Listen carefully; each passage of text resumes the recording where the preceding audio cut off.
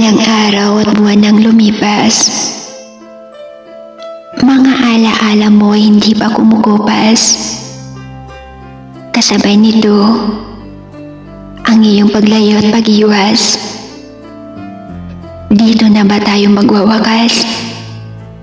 Sa pagmamahalang binuo nating dalawa, ay maglalaho na lang na parang bula. Ang dami kong akala, gaya ng akala ko na hindi ka maghahanap ng iba. Akala ko tayo na talaga. Akala ko tayo na hanggang dulo. Akala ko hindi mo ipaparanas yung sakit ng nakaraan ko. Pero bakit? Bakit mo ako sinaktan ng ganito? Bakit mo winasak ang buhay ko? Bakit mo dinurog ang puso ko na nagmamahal sa'yo? Bakit mo ako iniwan?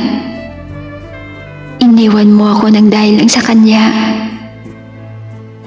Paano na tayo? Paano na ako?